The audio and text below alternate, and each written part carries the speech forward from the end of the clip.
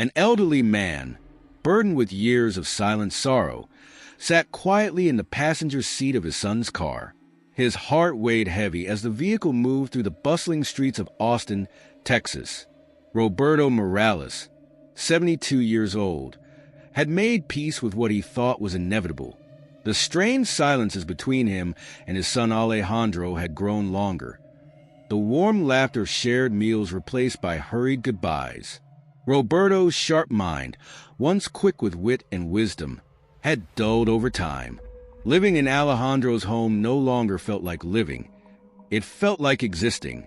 As the car slowed, Roberto's gaze fell on an unfamiliar building ahead. Its gray walls loomed large, stark against the bright Texas sky. This is it, he thought, his fingers curling tightly around the handle of the small bag on his lap. He had asked for this, a nursing home where he wouldn't be a burden to anyone. But now, faced with the reality, a lump formed in his throat. The car came to a halt, and Alejandro stepped out without a word. Roberto sat motionless, his chest tightening. Was this really the end of the road for him? A place to fade away, forgotten and alone? But as Alejandro opened his door and gestured for him to step out, Roberto noticed something strange. Alejandro wasn't leading him to the building he'd been staring at. Instead, his son walked toward a path that curved behind it, a faint smile playing on his lips. "Come on, Papa," Alejandro said, his voice unusually soft. "There's something I want you to see." Made them seem almost unreal. Roberto's legs felt weak, and he stumbled slightly, his heart pounding not from fear, but from overwhelming disbelief. This can't be," he stammered, his voice barely a whisper. He turned to Alejandro, searching his son's face for answers. Alejandro smiled, his eyes glistening with emotion. "Welcome home, Papa," he said softly. Roberto's gaze darted back to the house. Every detail was exactly as he remembered it. The small wooden steps leading to the porch, the flower boxes beneath the windows, even the old oak tree in the front yard. But how? How was this possible? "You did this?"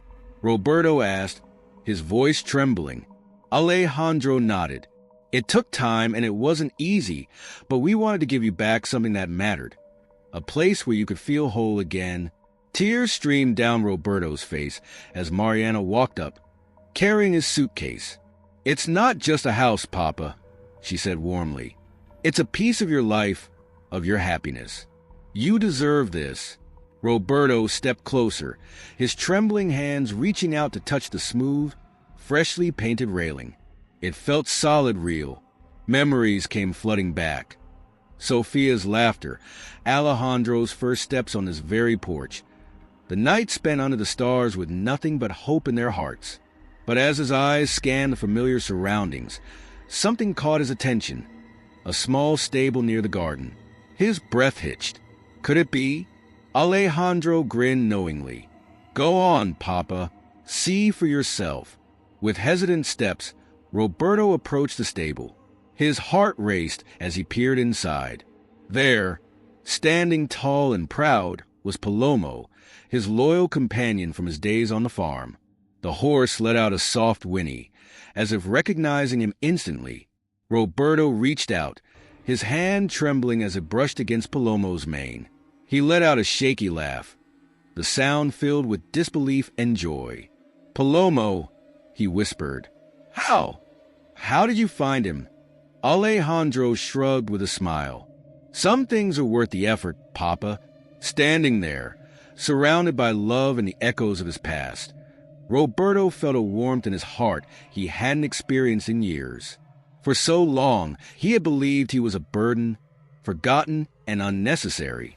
But now, as he looked at his restored home, his family by his side, and Palomo faithfully waiting for him, he realized the truth. He wasn't a burden. He was cherished, loved, and remembered. The silence that had once haunted him was replaced with a quiet, profound peace. And for the first time in what felt like an eternity, Roberto allowed himself to believe in the beauty of second chances. Roberto hesitated at the threshold of the gleaming White House, his legs trembling under the weight of emotions. Alejandro stood beside him, steadying his father with a reassuring grip on his arm. "Take your time, Papa," Alejandro said softly. The smell of fresh paint and newly sanded would fill Roberto's nostrils as he crossed the doorway. Inside, the living room stretched out before him, a perfect blend of the old and the new. It was almost as if someone had meticulously recreated his memories.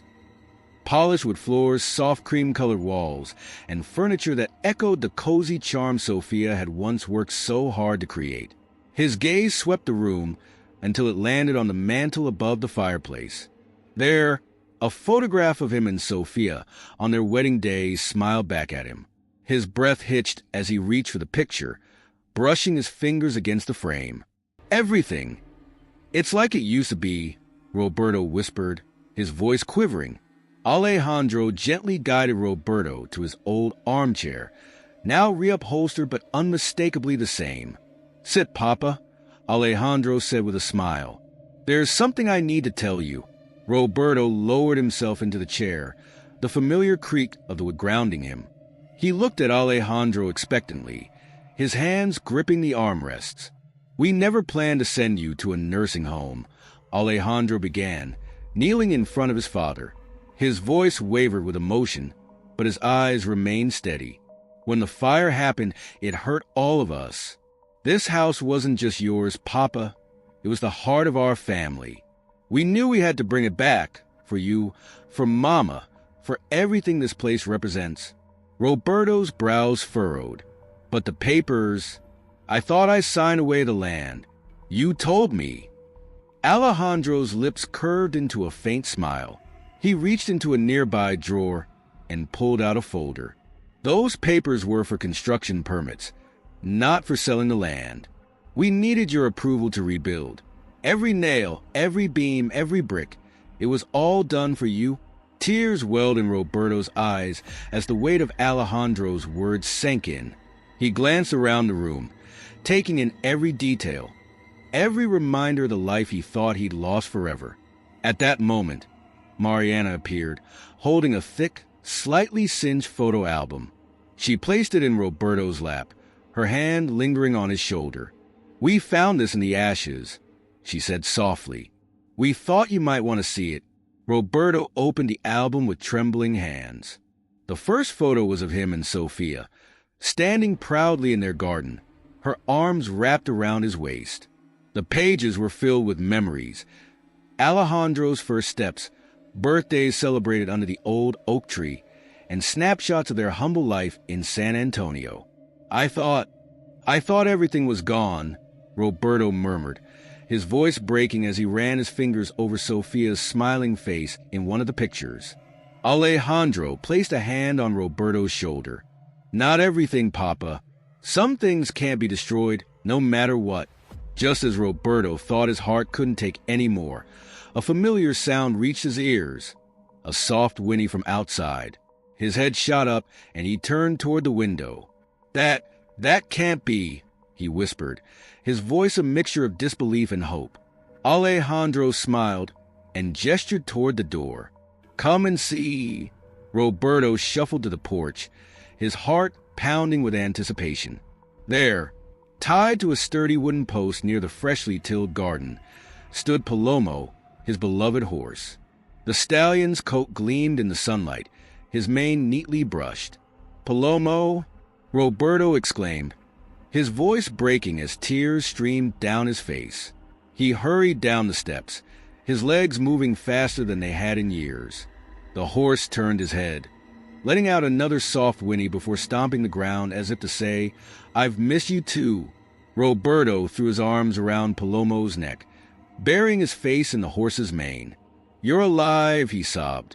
"I thought I lost you too." Mariana and Alejandro watched from the porch, their smiles bittersweet. The neighbors found him wandering near the outskirts of town a few weeks after the fire, Mariana explained. "They took care of him until we were ready to bring him back."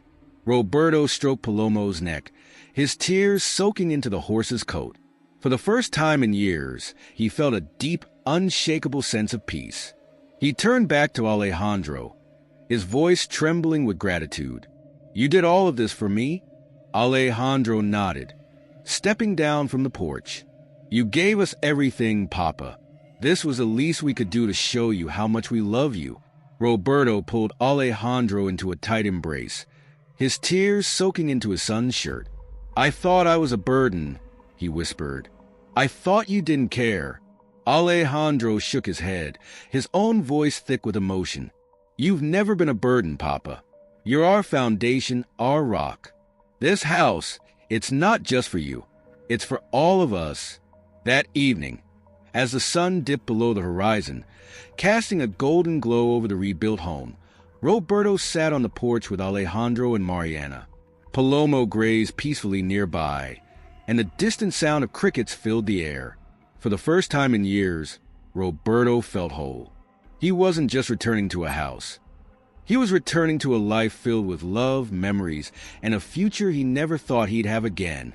As Roberto settled into his armchair, Alejandro knelt beside him and produced a small leather-bound book from his pocket. "This," Alejandro began, handing it over, "is a journal Sophia kept. I found it while sorting through what we saved after the fire." Roberto's hands trembled as he opened the journal. The pages, yellow but intact, held Sophia's familiar, delicate handwriting. Line by line, her words leaped off the page, wrapping around him like a warm embrace. She had written about their life together, her dreams for their family, and her unwavering love for Roberto. She wanted this house to always feel like home. Alejandro said quietly, "I thought you should have it, so her voice can always be with you." Tears blurred Roberto's vision as he clutched the journal to his chest. "Thank you," he whispered, his voice breaking. "This means everything." Later that evening, after Alejandro and Mariana had left, Roberto began unpacking his belongings. As he carefully placed family photos and cherished keepsakes on the mantel, the space began to feel like home once more. A photograph of Sophia smiling in their garden took center stage, her presence anchoring the room with warmth and memories. At the bottom of his suitcase, Roberto found a small box. Inside was an envelope addressed to Alejandro, a letter he had written during one of his loneliest nights in Austin. The letter apologized for being a burden and asked for forgiveness. Roberto stared at it for a long moment before tearing it into pieces. "No more doubts," he said to himself softly. "Alejandro has shown me that love doesn't count burdens. It only counts blessings." Before retiring for the night, Roberto stepped out onto the porch. The cool, fragrant air carried the scent of earth and wildflowers. Palomo, his beloved horse, stood grazing nearby. Roberto approached him, running his hand through the horse's mane. "We're home, Palomo," he said with a smile. "And it's better than I could have ever imagined." The stars twinkled above, their light reflecting in the windows of the rebuilt house. For the first time in years, Roberto felt truly at peace. He had thought he'd lost everything, his wife, his home, his purpose. But tonight, he realized he had gained something far greater, the knowledge that he was loved deeply and unconditionally. As he stepped back inside and closed the door, he paused. The silence that filled the house was not one of loneliness, but one of belonging. Weekends turned into joyful reunions as Alejandro and Mariana visited regularly. Roberto tended to his garden, cared for Palomo, and rediscovered the peace he thought he'd lost forever.